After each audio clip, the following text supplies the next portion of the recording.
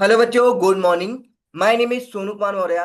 भाई हमने कल एक नया टॉपिक स्टार्ट किया था, अल्ट्रेशन ऑफ शेयर कैपिटल। ठीक है ना। आपको हमने इसका मतलब बता दिया था, अल्ट्रेशन ऑफ शेयर कैपिटल का मतलब क्या होता है। हमने शेयर कैपिटल समझाया। फिर उसके बाद बताया बेटा कि इसमें आपको सेक्शन 61 में के द्वारा कैसे अल्ट्रेशन किया जाता है, ये सारा सब कुछ हमने बताया था। ठीक है ना। चलो, क्या क्या बताया था देखो बेटा। ई पॉइंट है कि आप शेयर कैपिटल आप पांच तरीके से अल्टर कर सकते हो। ठीक है ना। पांच तरीके से अल्टर करने के लिए बताए थे। पहले आप ऑथोराइज कैपिटल को क्या कर सकते हो, इंक्रीज करके अल्टर कर सकते हो। कंसोलिडेट एंड डिवाइड करके कर सकते हो। उसके बाद convert all in of its fully paid share into stock. मतलब कि फुल्ली पेड शेयर को स्टॉक में कन्वर्ट करके या फिर स्टॉक को फुल्ली पेड शेयर में कन्वर्ट कर सकते हो। ठीक है ना। इनटू एनी डिनोमिनेशन, सब डिवाइड द होल और any part of it share into shares of smaller amount. हमने बताया था फेस वैल्यू कम कर सकते हो। ठीक है ना। फिर उसके बाद हमने आपको ये बताया था the proportion between the amount paid and unpaid if any on each reduce. ये देखो बेटा, आपने आपकी फेस वैल्यू 100 थी। आपने कितना पे कर दिया, सपोज 60 पे कर दिया। कंपनी का अनपेड अमाउंट कितना है, 40। ठीक है। अब इसी बीच आपकी फेस वैल्यू कम हो गई है, सपोज 10 रुपीज हो गई है। तो आपका पेड माना जाएगा इसी प्रपोर्शनेट में 6 रुपीज एंड अनपेड माना जाएगा 4 रुपीज। चलो, उसके बाद हम क्या कर सकते हैं, कुछ ऑथोराइज कैपिटल को कैंसिल करके भी कम कर सकते हैं शेयर कैपिटल। ठीक है। चलो आगे देखते हैं। भाई ये सारा हमने बता दिया था, कल रिवीजन करा दिए बेटा। चलो, further subsection 2 provide that cancellation of share shall not be deemed to be reduction. मतलब कि जब हम क्या करते हैं, शेयर को कैंसिल करते हैं, तो उसे हम रिडक्शन नहीं कहते हैं बेटा, याद रखना। Share capital mind it reduction of a capital covered under section 66। Okay. चलो, अब हम लोग एक नया सेक्शन स्टार्ट करते हैं, सेक्शन 62। इसमें क्या दे रखा है, further issue of share capital, rights issue, preferential allotment. Okay. देखो भाई, क्या होता है further issue of share capital. आपने क्या किया, सपोज एक कंपनी स्टार्ट कर दी है भाई। ठीक है, आपकी एबीसी लिमिटेड कंपनी है। अब इसमें आपने भाई क्या किया, शेयर वगैरह इशू कर दिया, जो भी इशू करना था। ठीक है, आपके पास क्या आ गया, शेयर कैपिटल आ गया। आप बिजनेस कर रहे हो। सपोज अब आपको पैसे की फिर से जरूरत पड़ गई। ठीक है ना, कैपिटल की और ज्यादा रिक्वायरमेंट आ गई। तो अब क्या करोगे भाई, फर्दर इशू करोगे। तो फर्दर का मतलब क्लियर हुआ, further issue of share capital. तो आपको क्या करना है, शेयर कैपिटल बढ़ाने के लिए फिर से इशू कर देना है। क्या, शेयर को इशू कर दो। ठीक है ना। चलो, राइट इशू कर सकते हो। ठीक है। अब मतलब ये राइट इशू क्या है, अब इसको समझो अच्छे से। जब आपने फर्स्ट टाइम शेयर इशू किया था, ठीक है, फर्स्ट टाइम शेयर इशू किया था, तो कुछ शेयर होल्डर भाई पब्लिक में शेयर आपके सब्सक्राइब किए होंगे। ठीक है ना, बहुत सारे लोग सब्सक्राइब कर लिए होंगे। तो वो अब आपके कंपनी के क्या बन गए बेटा, शेयर होल्डर बन चुके हैं। क्या बन चुके हैं, शेयर होल्डर बन चुके हैं। ओके। कंपनी के शेयर होल्डर ये सारे बन चुके हैं। ठीक है ना, शेयर होल्डर हो चुके हैं। ठीक। चलो, अब देखो बेटा, आपके कंपनी की ये सारे के सारे शेयर होल्डर है। अब आप चाहते हो कि हमें पैसा मंगाना है। ठीक है ना। तो हम चाहे तो पब्लिक इशू कर दे और नए शेयर होल्डर आ जाएंगे। ठीक है ना। और नए शेयर होल्डर सब्सक्राइब कर लेंगे शेयर्स। ठीक है ना। या फिर हम चाहते हैं कि ये नए शेयर होल्डर ना आए। ठीक है ना। हम क्या करें, इन्हीं को, जो हमारे एग्जिस्टिंग शेयर होल्डर हैं, उनको राइट्स दे देते हैं। क्या राइट्स दे देते हैं, राइट्स कैसे दिया जाता है, ध्यान से सुनो। मतलब राइट्स देते हैं कि भाई आपके पास यदि भाई हमारे कंपनी के 10 शेयर हैं, तो हम आपको 2 शेयर देंगे, ठीक है ना। या कोई भी रेशियो हो सकता है। किसी भी शेयर होल्डर के पास हमारे कंपनी के 10 शेयर हैं तो हम उसको 2 शेयर देंगे। हमारे कंपनी के अगर आपके पास 10 शेयर हैं, आपको हम 1 शेयर देंगे। हमारे कंपनी के आपके पास 5 शेयर हैं, हम आपको 4 शेयर और देंगे। मतलब कोई भी रेशियो हो सकता है, ठीक है ना। समझ में आया बेटा? चलो, तो इस प्रपोर्शनेट में इनको राइट इशू किया जाता है, ठीक है ना।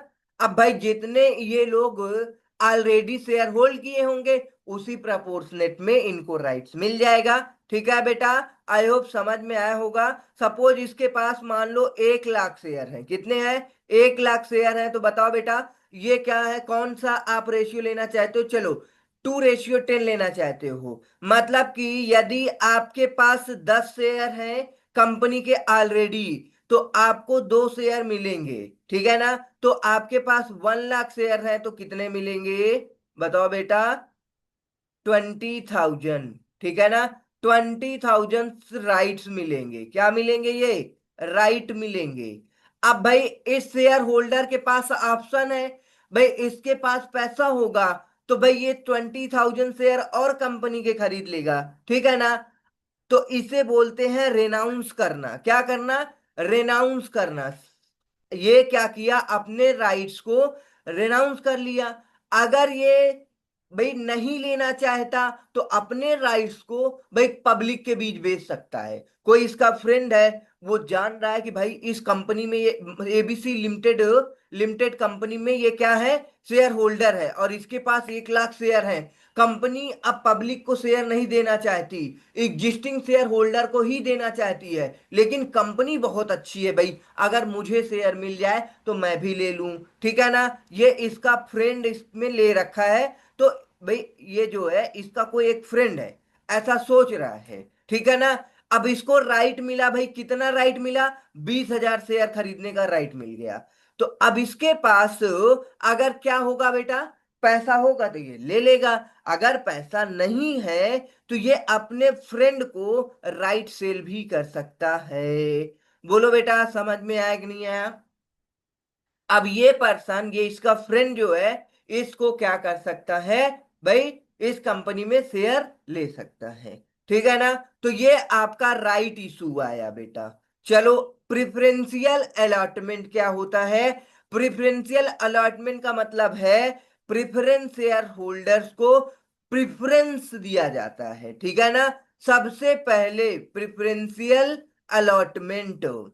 ओके बेटा। चलो, अब हम लोग पढ़ते हैं आगे। आई होप इन सारे वर्ड का मतलब आपको समझ आया। फर्दर इशू का मतलब फिर से कंपनी इशू करके शेयर्स को फंड रेज करना चाहती है। दूसरा हमने बताया राइट इशू करके भी कर सकती है, मतलब कि वो पब्लिक को अपने शेयर नहीं देना चाहती है, एग्जिस्टिंग शेयर होल्डर्स को ही इशू करेगी, लेकिन उसका कोई एक प्रपोर्शनेट रेशियो देगी कि भाई इस रेशियो में हम शेयर इशू करेंगे, ठीक है। फिर उसी प्रपोर्शनेट में सबको राइट मिलेगा। अगर उनको राइट्स, उनके पास पैसे हैं तो वो रेनाउंस कर दे, नहीं है तो राइट को सेल कर सकते हैं, कोई दिक्कत नहीं है। प्रेफरेंशियल अलॉटमेंट का मतलब होता है कि प्रेफरेंस शेयर होल्डर को भाई प्रेफरेंस दिया जाता है, ठीक है ना, अलॉटमेंट्स में। चलो, आगे देखते हैं। अभी हमने इन सब की मीनिंग समझी है, ऑलमोस्ट हमने समझा दिया है बेटा सारा सब कुछ। आई होप समझ में आया होगा। अब हम लोग देखते हैं लॉ की लैंग्वेज में क्या कह रहा है सारी चीजें। चलो बेटा, इसे रीड करो यहां से। Alright. Hmm. A rights issue involves pre-emptive subscription rights to buy additional securities in a company offered to the company's existing security holders. It is a non-dilutive pro rata way to raise capital. बेटा अभी यही तो हमने समझाया कि additional securities मतलब और आपको शेयर खरीदने के राइट्स मिलेंगे, ठीक है ना। वो किसको मिलेगा बेटा? एग्जिस्टिंग शेयर होल्डर का मिलेगा, ठीक है ना। इससे क्या होता है? नॉन डाइलेटिव, प्रोराटा मतलब कि वे टू रेज कैपिटल, और ज्यादा शेयर होल्डर नहीं आएंगे फिर भी हम कैपिटल रेज कर सकती हैं। एग्जाम्पल रीड कर लो, देखो एग्जाम्पल जो हमने समझाया वैसे ही लिखा है, पढ़ो। If a company announces 1:10 right issues, it means an existing shareholder can buy one extra share for every 10 shares held by him or her. Usually, the price at which the new shares are issued by way of rights issue is less than the prevailing market price of the stock to encourage subscription. Okay बेटा, चलो देखो, ये देखो हमने बताया ना, अगर कोई भी कंपनी है राइट इशू करेगी तो एक रेशियो देगी। मतलब एग्जिस्टिंग शेयर होल्डर के पास जितने शेयर है, सपोज कि यहाँ पे कंपनी कह रही है कि अगर हमारे एग्जिस्टिंग शेयर होल्डर के पास 10 शेयर है तो उसको हम एक शेयर राइट में दे देंगे। मतलब कि कोई भी एक शेयर होल्डर है जिस इसके पास मान लो 10 ही शेयर थे, तो इसको कितने शेयर खरीदने के लिए मिलेगा, राइट्स, एक शेयर और राइट में मिलेगा, ये एक शेयर और खरीद सकता है। ठीक है ना। अगर सपोज इसके पास 1,000 शेयर होता तो कितने राइट बनते, चलो समझो, 1/10 कर दो, आ जाएगा 100 शेयर राइट में मिल जाएंगे, 100 राइट मिल जाएंगे। ठीक है ना, ऐसे निकालते हैं, कैलकुलेशन भी याद रखना। इनके सभी आपको फ्यूचर में ये निकालने के लिए आएगा तो आपको आ जाएगा भाई। ठीक है ना। मतलब जितने आपको कह रहा है कि आपके पास कितने शेयर हैं, अगर आपके पास 10 शेयर हैं तो आपको एक शेयर राइट्स में मिलेगा।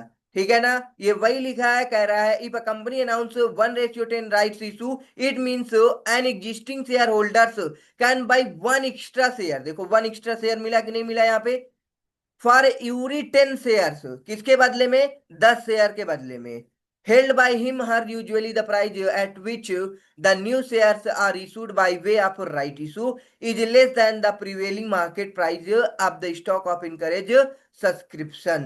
ठीक है ना। चलो, प्रैक्टिकल इंसाइट दे रखा है, देखो मतलब कि एक कंपनी है जिसका नाम है सुजलोन एनर्जी लिमिटेड, जो कि अक्टूबर 2022 में इन्होंने क्या इशू किया था, राइट इशू किया था। ठीक है ना। चलो, तो उसी को देखो दे रखा है कि भाई एक कंपनी है जिसका नाम है सुजलोन। ठीक है ना, सुजलोन आप जानते होगे, उसका शेयर प्राइस आज आई थिंक 60 के आसपास रेंज में है, 62, 65, 63 की रेंज में। ठीक है। चलो, एक समय था कि उसका शेयर प्राइस समझ लो कितने में था, 10 रुपए 12 रुपए में चल रहा था। फिर धीरे धीरे इकट्ठा मार्केट में तेजी आई, ग्रीन एनर्जी पे ज्यादा वर्क होने लगा, तो मार्केट में जा करके इसका शेयर प्राइस कितने में जाकर पहुंचा, 85 86 में जाके पहुंचा। ठीक है ना, 86 में। सपोज आपके पास बेटा 1 लाख शेयर होते 10 रुपए से, 1 लाख शेयर होते 10 रुपए से, तो आप कितना मार्केट में लगाए होते, बताओ, 10 लाख रुपए। कितना, 10 लाख रुपए। अब यहीं पे अगर आप सपोज 85, 1 लाख शेयर है आपके पास, एक शेयर कितने के हैं, 85 के, तो आपके पास कितना हो गया बेटा, 80 लाख रुपीज हो गया। ठीक है। ये है क्या, मतलब इन्वेस्टमेंट की पावर, पेशेंस रखने की पावर है बेटा। आज के टाइम में लोग क्या करते हैं, शेयर में पैसा लगाते हैं, 4 दिन लगाए, देख रहे हैं डेली पोर्टफोलियो देख रहे हैं, अरे बढ़ ही नहीं रहा, अरे बढ़ ही नहीं रहा। ऐसे थोड़ी है भाई, पैसा कमाना इतना आसान नहीं है, आपको पेशेंस रखना पड़ेगा भाई, इंतजार करना पड़ेगा कि हमारा दिन कब आएगा। ठीक है ना। तो अब देखो बेटा, यहाँ पे 10 लाख लगा करके कितना कमा लिया, 85 लाख। ऐसा कोई और जरिया नहीं है। ठीक है। चलो, आप अगर उसमें लैंड वगैरह में इन्वेस्ट कर देते हैं तो बात अलग है, अदरवाइज बेस्ट ऑप्शन है ये, आप इक्विटी में इन्वेस्ट कर सकते हैं। चलो आगे।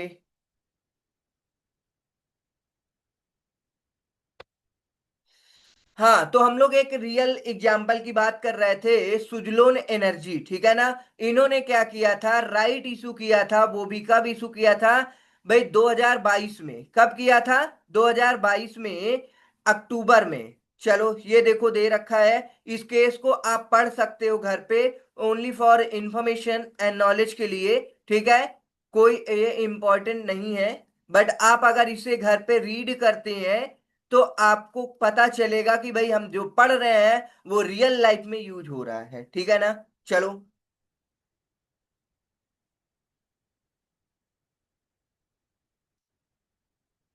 अब ये class of companies power to right issue applicable provisions. Listed company are company instead to get its securities.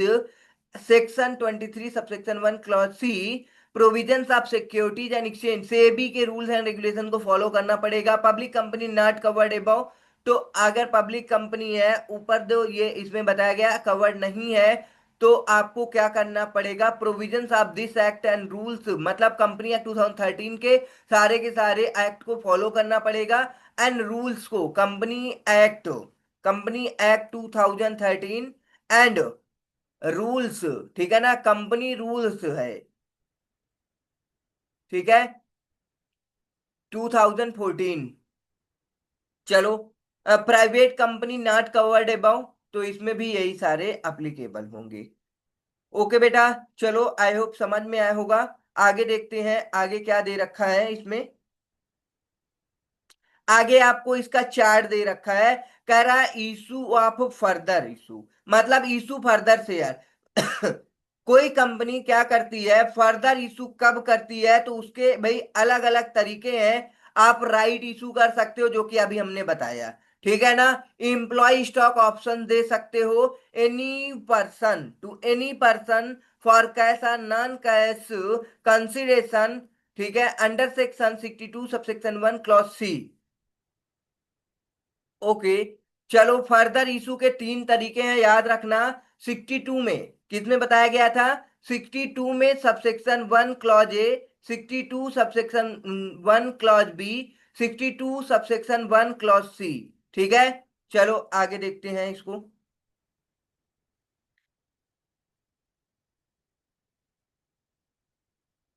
Offer of issue of a further share subsection 1। चलो ये देखो, whenever a company having share capital proposes to increase its subscribed capital by the issue of further share, such shares shall be offered. देखो बेटा, हमने जो अभी तक ऊपर बताया ही है सारा सब कुछ सेम वही है, थोड़ी थोड़ी चीजें आपको इसमें मिलेंगी, हम आपको रिलेट कराते जाएंगे। कह रहा है कि कोई कंपनी है जिसका क्या है, शेयर कैपिटल है, वो चाहती है अपने सब्सक्राइब्ड कैपिटल को इंक्रीज करना, ठीक है, तो वो फर्दर इशू करेगी शेयर, क्या करेगी, फर्दर इशू करेगी। Such share shall be offered, किसको ऑफर दिया जाता है बेटा, देखो पहले केस में to person who are hold equity share, जो कि हमारा एग्जिस्टिंग शेयर होल्डर होगा, क्या होगा, एग्जिस्टिंग शेयर होल्डर के बारे में हमने सारी बातें बता दी हैं, कैसे क्या कैलकुलेशन की जाएगी सारा सब कुछ आपको आ जाएगा, ठीक है बेटा। चलो देखो, कह रहा है कि in proportion to the paid up capital on दो शेयर हेल्ड बाय देम, मतलब जिस प्रपोर्शन में वो ऑलरेडी क्या कर रखा है, शेयर होल्ड कर रखा है, उसी प्रपोर्शन में उसे राइट दिया जाएगा बेटा, ठीक है ना। अभी हम बार बार यही बात बता रहे थे, by sending a letter offer in form of notice, मतलब एक नोटिस दी जाएगी, such notice shall be specify. अब वो नोटिस के अंदर क्या क्या स्पेसिफाई होगा, देखो दो तीन पॉइंट है। पहले पॉइंट में आपको नंबर ऑफ शेयर कितने ऑफर्ड किए गए हैं, ठीक है ना, स्पेसिफाई किए जाएंगे, टाइम पीरियड की आप इतने दिन में आप क्या कर सकते हो, राइट को रिनाउंस कर सकते हो, मतलब सब्सक्राइब कर सकते हो, ठीक है ना।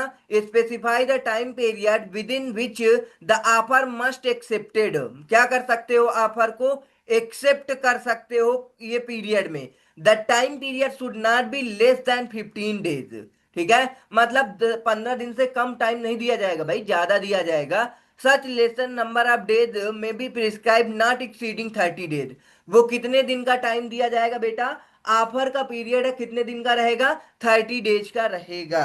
ओके बेटा, चलो अब ये तीसरे पॉइंट में क्या दे रखा है, आगे देखो, rule 12A instead of the company जो share capital and debenture rule 2014 that provide the time period within which the offer shall be made for acceptance shall be not less than 7 days from the date of offer, मतलब कि offer shall be made for acceptance shall be not than give 7 days, मतलब कि आपको offer दिया गया, 7 दिन से पहले एक्सेप्टेंस नहीं दे सकते हो from the date of offer, ठीक है ना, 15 दिन में दे सकते हो, लेकिन आपको टाइम पीरियड दिया गया है 30 दिन का, अगर 30 दिन में आप नहीं देते हो तो ये कैंसिल हो जाएगा, ठीक है, चलो तीसरे पॉइंट में देखो, specify if the offer is not accepted within the specified time period it shall be deemed to have been declined. यही बात अभी हमने बताया, देखो ये भी बोल दिया।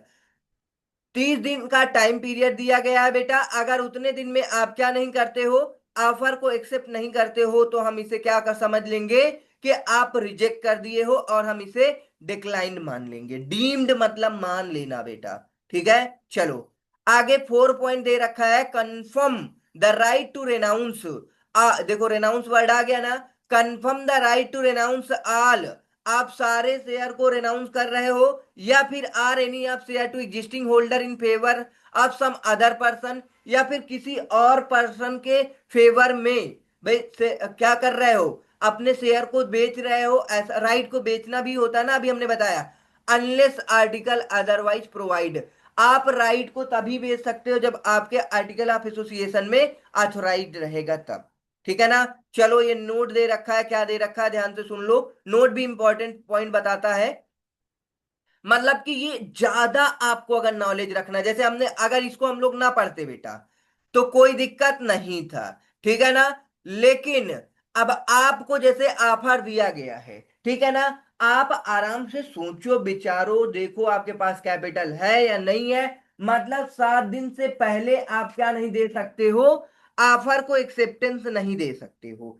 आराम से आप टाइम लो, ठीक है ना, आपके पास 30 दिन का समय है, 30 दिन का समय है, तो 7 डेज के अंदर अंदर आप नहीं एक्सेप्टेंस दे सकते हो, उसके बाद दोगे। ठीक है ना, चलो तो देखो ये बात आपको अगर क्या है, नोट नहीं पढ़ते तो एग्जाम में ये पॉइंट नहीं आएगा, लेकिन आपको एक्स्ट्रा नॉलेज हो जाती है इससे। ठीक है ना, कभी ऐसा पॉइंट आया तो आप ये पॉइंट अगर रखते हो बेटा तो आपको समझा जाएगा डीप नॉलेज है। ठीक है ना, चलो आगे देखते हैं, note if offer decline by existing holder, मतलब जो एग्जिस्टिंग होल्डर है बेटा उसके द्वारा ऑफर को डिक्लाइन कर दिया जाता है, then at intimation of such declined of after expiry of the specified time, मतलब जो 30 डेज का टाइम दिया जाता है बेटा वो क्या हो गया, एक्सपायर हो गया, तो हम ऑलरेडी डिक्लाइन मान लेते हैं। For exercise the right the board of director में डिस्पोज ऑफ देम, मतलब क्या किया जाएगा, इसे डिस्पोज ऑफ कर दिया जाएगा, such share in regard to which offer is declined in such manner which is not disadvantageous to the shareholder and the company। ठीक है ना भाई, उसको लेना है तो लेगा, नहीं लेना है तो नहीं लेगा, ना तो शेयर होल्डर को कोई इसमें प्रॉब्लम्स है ना कंपनी को। ठीक है ना, चलो सेकंड पॉइंट देखते हैं, while determining checking proportion then as nearly as the circumstances admits shall be accept। ठीक है ना, कह रहा है कि डिटरमाइनिंग चेकिंग प्रोपोर्शन, आपको क्या दिया जाएगा, एक रेशियो दिया जाएगा, उसी रेशियो के अकॉर्डिंग आप क्या निकालोगे, अपना राइट्स निकालोगे। ठीक है ना, in case of private company and specified IFSC public company any shorted time period except the offer can be provided. कह रहा 90% of the member have given their consent in writing और in electronic mode for the of the shorter period, मतलब कि shorter period में ही हो जाता है इन सबको। ठीक है ना, अभी शॉर्टर पीरियड हमने बताया। चलो अब बी पॉइंट में देखो बेटा, और किसको राइट्स दिए जाते हैं। अभी ये एक पॉइंट था, फर्स्ट पॉइंट था, हमने जो कि आपको बताया, ये कौन सा सेक्शन था, सेक्शन 62 सब सेक्शन 1 क्लॉज ए था। अब हम लोग स्टार्ट करेंगे नेक्स्ट सेक्शन क्लॉज बी। ठीक है ना, एम्प्लॉय स्टॉक ऑप्शन की बात करेंगे, section 62 sub section 1 clause B की बात करेंगे। ठीक है ना, employ under scheme of the employ stock option subject to special regulation by the company, मतलब यदि आपको क्या करना है, ईसॉप इशू करना है, क्या करना है, ईसॉप इशू करना है, तो आपको क्या करना होगा, सबसे पहले पॉइंट पे स्पेशल रेगुलेशन पास करना होगा कंपनी में। ठीक है ना, कंडीशन क्या होगी, रूल 12 में प्रिस्क्राइब किया गया है। एम्प्लॉय स्टॉक ऑप्शंस क्या होता है, आपको आगे देखो नोट में कुछ बताया गया है, समझ लो। ठीक है ना, चलो पहले नोट को नहीं देखते, आगे ये पॉइंट को समझो। आपको हमने 2 पॉइंट बता दिया कि सबसे पहले अगर आपको ईसॉप इशू करना है, एम्प्लॉय को क्या देना है, बताओ भाई, ईसॉप देना है, इंप्लॉय स्टॉक ऑप्शन देना है, ठीक है। तो आपको सबसे पहले क्या करना होगा, स्पेशल रेजुलेशन पास करना पड़ेगा। कुछ कंडीशन है जो कि रूल 12 में क्या किए गए हैं, ये देखो बताया गया है, उसको भी आपको क्या करना है, कंप्लाई करना है, ठीक है। सी पॉइंट में बताया गया है, to any person if so authorized by the special regulation, even if they not within two categories mentioned above। चलो ये देखो बताया गया है नोट में। पहला देखो क्या दे रखा है, the term employ stock option means the option given to the director. मतलब कि किसको दिया जाएगा ऑप्शन बेटा, डायरेक्टर को। याद रखना, स्वीट इक्विटी शेयर अलग होता है, एम्प्लॉय स्टॉक ऑप्शन अलग होता है। हमने जब स्वीट इक्विटी शेयर पढ़ाया था तो आपको बताया था बेटा वहां पे कि ईसॉप जो होता है, एम्प्लॉय स्टॉक ऑप्शन, ये डिफरेंट है दोनों एक दूसरे से, ठीक है ना। चलो अब देखो बेटा ये क्या है, कह रहा है कि the term employ stock option means the given option given to the directors, officers and employ of the company or of its holding company or a subsidiary company if any which given such directors officers employee the benefit of or rights to purchase, right to purchase or to subscribe for the shares of the company at a future date at a predetermined price। क्या होता है बेटा, मतलब कि director को, officer को, employ को benefit मिलता है राइट टू परचेज का, किसका, राइट टू परचेज का, or to subscribe for the share of company at a future date. मतलब फ्यूचर में डायरेक्टर हो, एम्प्लॉय हो, इन सबको क्या मिल जाता है, राइट मिलता है परचेज करने के लिए, कि फ्यूचर में आपको प्री डिटरमाइंड प्राइस में क्या दिए जाएंगे, शेयर को परचेज करने के राइट्स दिए जाएंगे। पहले से डिटरमाइंड रहेगा कि आपको इतने प्राइस पे दिया जाएगा और इस डेट को दिया जाएगा, आप क्या दिया जाएगा, राइट दिया जाएगा, ठीक है ना। चलो इंस्टीड आप हो स्पेशल रेजुलेशन, ऑर्डिनरी वो ordinary resolution will be sufficient in following categories. अभी हमने ऊपर बताया कि आपको क्या पास करना होगा भाई, रेजुलेशन पास करना होगा, ठीक है ना। तो ऑर्डिनरी रेजुलेशन इनके लिए सफिशियंट है। Private company which has not defaulted in filing it's financial statement under section 137। देखो बेटा आप क्या होता है कि एज पर सेक्शन 137 आप क्या करते हो, स्टेटमेंट, फाइनेंशियल स्टेटमेंट फाइल करते हो। क्या फाइल करते हो, फाइनेंशियल स्टेटमेंट। याद रखना कुछ सेक्शन आपके लिए इंपॉर्टेंट है। फाइनेंशियल स्टेटमेंट के लिए कौन सा सेक्शन आता है, सेक्शन 133, ठीक है, सेक्शन 133। बुक्स ऑफ अकाउंट के लिए कौन सा सेक्शन आता है, 128। क्या आता है, 128। Maintenance of books of account, maintenance of books of account के लिए कौन सा सेक्शन आता है, 128 आता है। एनुअल रिटर्न के लिए कौन सा सेक्शन आता है, 92 आता है। कुछ फेमस सेक्शन है, इन फेमस सेक्शन को आपको याद रखना पड़ेगा, ठीक है। एक आता है 129, ठीक है ना। ये क्या होता है, मतलब कि आपको फाइनेंशियल स्टेटमेंट का फॉर्मेशन किस प्रकार से करना है वो बताता है सेक्शन 129। मतलब आपको फाइनेंशियल स्टेटमेंट में क्या क्या बनाना है, बैलेंस मतलब पीएनएल अकाउंट बनाना है, बैलेंस शीट बनाना है, कैश फ्लो बनाना है, नोट्स टू अकाउंट बनाना है, ठीक है ना। ये सारी चीजें कौन बताता है, सेक्शन 129। तो ये कुछ इंपॉर्टेंट सेक्शंस हैं आपको याद रखने हमेशा के लिए, ठीक है। आपका आ गया एक 92 सेक्शन आ गया, जो कि क्या होता है, एनुअल रिटर्न के लिए होता है ये सेक्शन, ठीक है। मतलब प्राइवेट कंपनी, जो कंपनी अब इंप्लॉय स्टॉक ऑप्शन दे रही है बेटा, ठीक है ना, वो ये दो सेक्शन का डिफॉल्ट नहीं कर रही होनी चाहिए। पहला कौन सा सेक्शन, 133, अब सॉरी 37 और 92। 137 में क्या होता है, फाइनेंशियल स्टेटमेंट का फाइलिंग होता है, ठीक है ना, 137 में।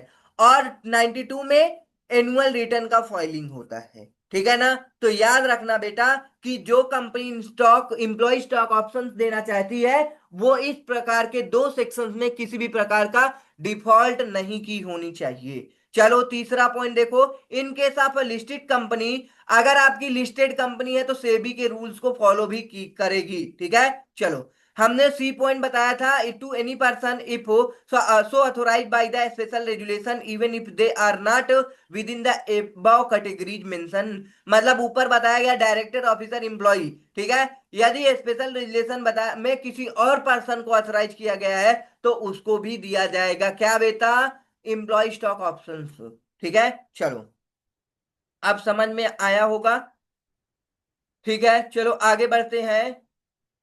ये क्या है आपका, एम्प्लॉय स्टॉक ऑप्शंस, समझ में आ गया होगा आई होप बेटा। ठीक है, चलो आगे देखो क्या दे रखा है।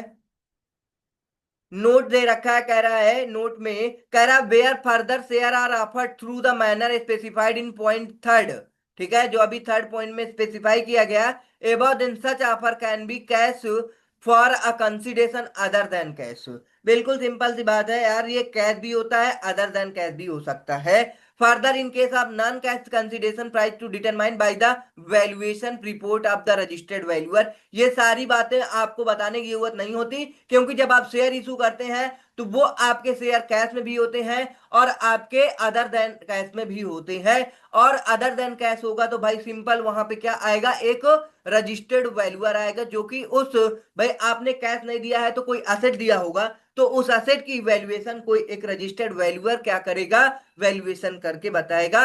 अपने से आप नहीं लगा सकते हो क्या, अनुमान।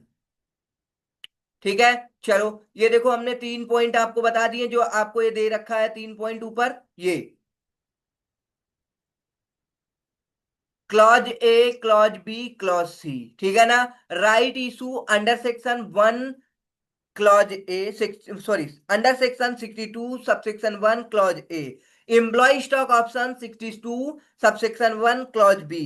मतलब कि कैश टू एनी पर्सन जिसे अथोराइज, मतलब ना आपके कंपनी के वो डायरेक्टर है, ध्यान से सुन लो ये, ना तो वो आपके कंपनी का डायरेक्टर है, ना वो एम्प्लॉय है बेटा, ठीक है ना, कोई ऑफिसर है, फिर भी उसका नाम स्पेशल रेजुलेशन में ऑथोराइज किया गया है कि इसे एम्प्लॉय स्टॉक ऑप्शन दिया जाएगा, तो उसको अलाउ है बेटा, वो चाहे कैश हो या फिर नॉन कैश हो कंसिडरेशन में। ठीक है ना, उसके लिए स्पेशल रेजुलेशन पास करना पड़ेगा।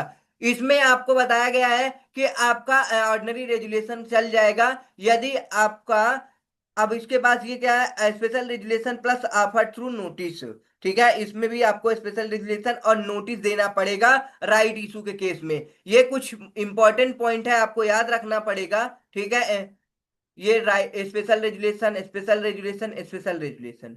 ठीक है, चलो तो देखो बेटा, आपको ये तीनों क्लास हमने बता दिया है, आई होप समझ में आया होगा। ठीक है, ये एग्जाम्पल दे रखा है, एग्जाम्पल को आप घर पे कर लेना, आ जाएगा। ठीक है, what shall the length period specified by notice offered further issue for a given acceptance। अभी आपने बताया बेटा 30 डेज। ठीक है, ये देखो, notice of offer of further share shall specify the time period within which the offer must be accepted. The time period मतलब 15 दिन से कम का नहीं होना चाहिए, such lesser number of days at may be prescribe not exceeding 30 days from the date of the offer. ठीक है, और वो आपका 30 दिन से ज्यादा नहीं होना चाहिए। ठीक है, चलो अब ये नीचे पॉइंट दे रखा है, कह रहा है इंजर, कह रहा है कि आपका रूल बता रहा है कि provide the time period within a period within which the offer shall be made for acceptance shall be not less than 7 days from the date of offer. ये पॉइंट देखो लिख दिया, इस answer में ये सारा सब कुछ आपको लिखना पड़ेगा, तभी आपको फुल मार्क्स मिलेंगे। ठीक है ना, 2 नंबर 3 नंबर का ये क्वेश्चन रहेगा, इसमें ये दोनों पॉइंट आपको लिखने पड़ेंगे। चलो आगे देखो क्या कह रहा है, dispatch of notice to existing share holder. अब सबसेक्शन 1 कंप्लीट हो चुका है, ठीक है ना, अब हम लोग बात करेंगे सबसेक्शन 2। हमने बात किया सबसेक्शन 1 में कि आपको नोटिस देना क्या है, जरूरी है। ठीक है ना, अगर आप क्या करते हो, एम्प्लॉय स्टॉक ऑप्शन दे रहे हो तो आपको क्या देना पड़ेगा, नोटिस देना पड़ेगा। क्या देना पड़ेगा, नोटिस देना पड़ेगा। ठीक है, ओके, कोई दिक्कत नहीं है। अब मान लो कि नोटिस क्या हो चुका है बेटा, डिस्पैच हो चुका है। तो अब आगे के प्रोसेस क्या होगा हम लोग देखेंगे नेक्स्ट सेशन में। ठीक है, हम लोगों ने सब सेक्शन 1 अच्छे तरीके से देख लिया। सब सेक्शन 1 में 3 क्लॉज है, clause A, clause B, clause T, 3 C, sorry. ठीक है बेटा, ओके, चलो मिलते हैं नेक्स्ट सेशन में। थैंक्स फॉर वॉचिंग भाई, सेशन को लाइक कर दो, सब्सक्राइब कर दो और अपने दोस्तों को शेयर भी कर दो। ठीक है, ओके।